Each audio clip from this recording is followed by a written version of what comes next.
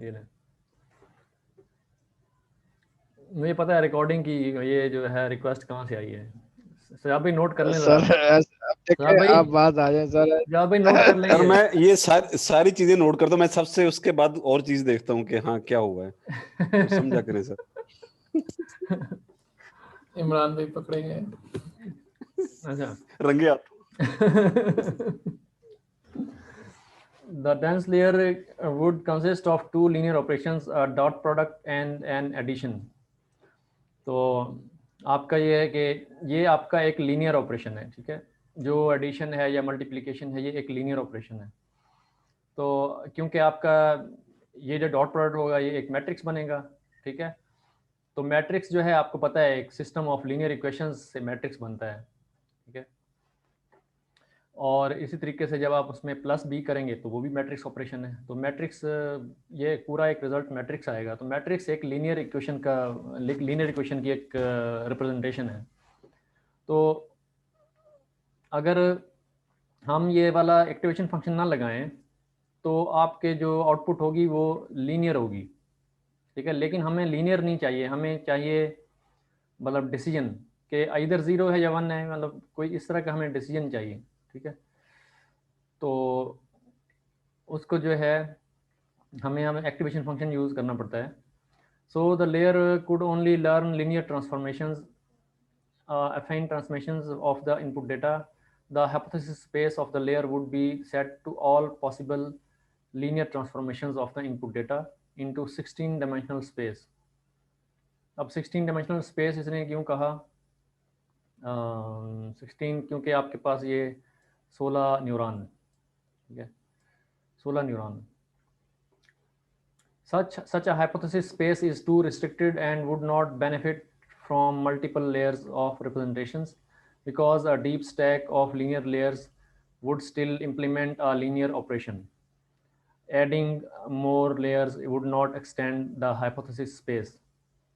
In order to get access to a much richer hypothesis space that would benefit from deep representations, you need a non-linearity or activation function. ReLU is the most popular activation function in deep learning, but there are many other candidates which all come with the similar range names, PRELU, ELU and so on. मतलब ये activation function जो है आपको linear system of equation या linear आपका जो matrix है उसको नॉन लीनियर बनाने के लिए। Finally you need to choose loss function and optimizer. अब ये आपका लॉस फंक्शन ऑप्टिमाइजर हो गया। इसमें जो है आपको ये पता होना चाहिए कि कौन से प्रॉब्लम में मैंने कौन सा लॉस फंक्शन और कौन सा ऑप्टिमाइजर यूज़ करना है। तो बाइनरी क्लासिफिकेशन के अंदर आपका बाइनरी क्रॉस एंट्रोपी होगा, वो आपके पास एक टेबल 4.1 में ये सारा कुछ है। और उसके साथ आपका मीन स्क्वेयर्ड एरर आप यूज़ करेंगे, loss no means binary cross entropy. It is not only viable choice. You could use for instance mean squared error, but cross entropy is usually the best choice when you're dealing with the models as with the output of probabilities. तो binary cross entropy है या categorical cross entropy है या एक sparse categorical cross entropy है, ये सारा classification problems के लिए बेस्ट चॉइस है। तो इस तरीके से है वो। हम जब टेबल को देखेंगे ना तो ज़्यादा हमें उसके ऊपर हम ज़्यादा डिस्कस कर सकते हैं। तो जनरली स्पीकिंग ऑप्टिमाइज़र आप यहाँ पे कोई सा भी लगा सकते हैं, जैसे RMS प्रॉप है या एडम है या कौन सा है, मतलब दो तो ये हैं, फिर SGD है, SGD RMS प्रॉप एडम इस तरह के हैं। और जो मेन डिफरेंस आता है वो इन दोनों में आता है यहाँ पे, ठीक है। अगर आपके पास प्रॉब्लम जो है वो है लीनियर रिग्रेशन का, तो मीन स्क्वेयर्ड एरर यहाँ पे आएगा MSE, ठीक है। और एक्यूरेसी आएगा आपका mean absolute error linear regression में। और अगर आपका क्लासिफिकेशन का प्रॉब्लम है तो यहाँ पे बाइनरी और यहाँ पे एक्यूरेसी, ठीक है। बाइनरी क्लास ट्रांसएंट्रोपी और यहाँ पे एक्यूरेसी। सर वो क्विज के लिए वो मैंने वो एक फाइल भेजी है, वो इन्होंने भेजी थी, क्विज गाइड के उसमें ये मुझे वो फाइल नज़र आई है। ये आप एक मिनट चेक करें जरा। सर ये मैं फाइल को क्लिक करूँगा ना, ये वो हो जाएगा। कोलैब में ओपन हो जाएगा, कोलैब में ओपन हो जाएगा। अल्लाह करे हो जाए, लेकिन पहले एक दफ़ा वो हो गया था। हो गया। ये उन्होंने क्विज के लिए एक समरी तैयार की है। वो जो सिलेबस नहीं दिया था, नहीं वो जो सिलेबस में कोर्स के अंदर जो था, जो अच्छा। वो चीज़ है, ये उन्होंने खुद दिया हुआ है PIAC वालों ने, कि क्विज यहाँ से आएगा डीप लर्निंग का। सही। इसमें ज़्यादातर टेंसर फ्लोज के फंक्शंस वगैरह। खई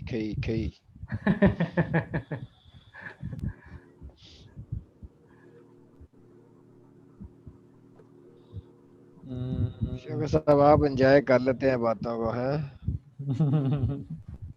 वो वंशी हाउ फंगे हो लेकिन पंजाबी में। टेंसर फ्लो तो हमें नहीं पढ़ाई गई इसमें। अगर बुक के लिहाज से देखा जाए तो टेंसर फ्लो तो एक्चुअली हम उसका है टेंसर फ्लो ही, लेकिन केरास को पढ़ा है।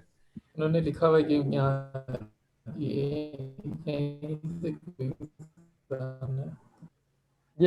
PIAC वालों ने दिया है। तो उन्होंने कहा कि कुछ चेहरा ही करा दे।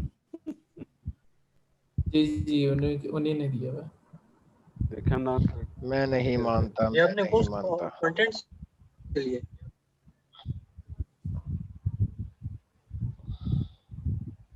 सेलियो ये तो थोड़ा एडवांस्ड टेंसर फ्लो के कोई उन्होंने लाइब्रेरीज यूज़ की हुई हैं, फंक्शन वगैरह यूज़ किए हुए हैं, computing gradients with gradient tape. क्योंकि हमारे LSTM भी नहीं है, बाकी चीजें भी नहीं है, कई चीजें नहीं है, तो ये इतना रेलेवेंट नहीं लग रहा।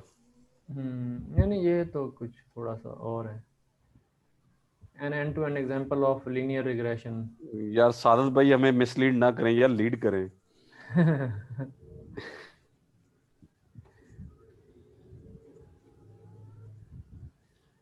ये बुक आपने पढ़े ये मैं बताऊं आपको, ये कहाँ से लिए इन्होंने। ये इन्होंने सर ने साइट देखी ये होगी। टेंसर फ्लो से, ये टेंसर फ्लो से लिया है। ये टेंसर फ्लो का है, ये अपना उनका है। ये उन्होंने डाउनलोड करके ना हमें उधर हमारे उसमें डाल दिए।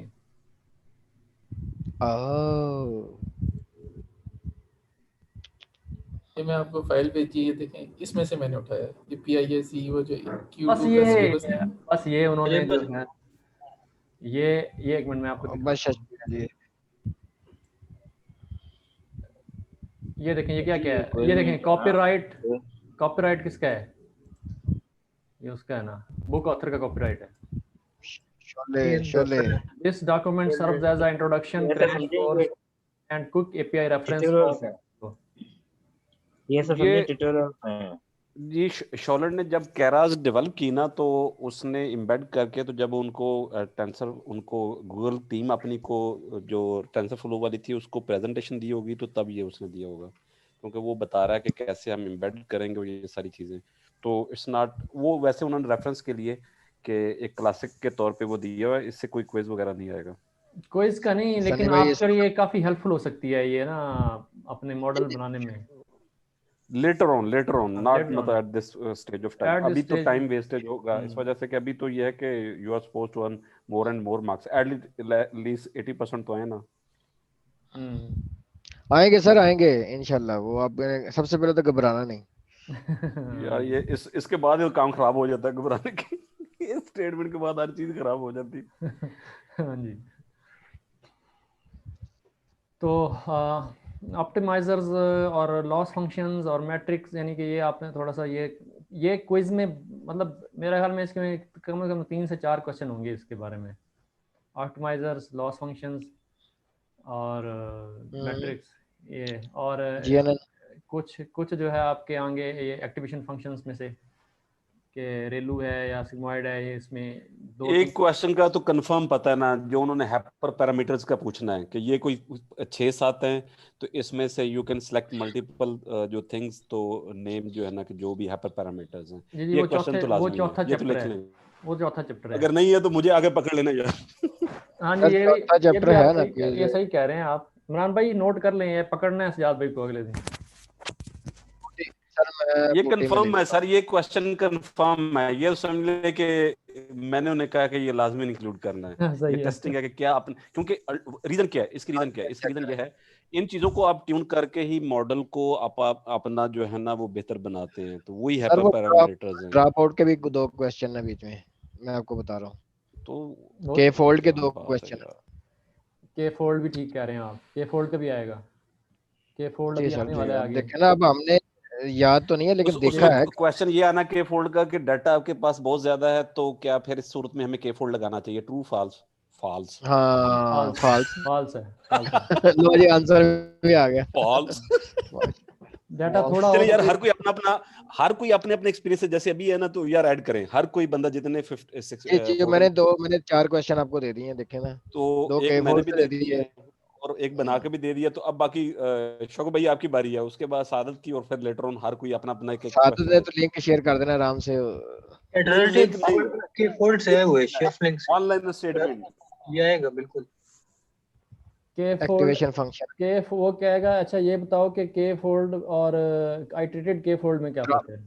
ये भी तो हो सकता है ना, लूप जिससे वो बीच में लगा सकते हैं। आइटरेटेड के फोल्ड और के फोल्ड में क्या ये फर्क है? बड़ा वैलिड क्वेश्चन है ये, बड़ा वैसे ये इंटरव्यू क्वेश्चन है एक्चुअली। ये और शायद फिटिंग भी आएगा सर बिल्कुल। अच्छा हाँ, ये ओवरफिट क्या होती है? ओवरफिट क्या हाँ होती है? ये एक बहुत इंपॉर्टेंट है, ओवरफिट क्या होती है और उसको अवॉइड कैसे करें? सर, ओवरफिट, बैचेस से आ अंडरफिट सकता है, बैचेस से आ सकता है और एक आध।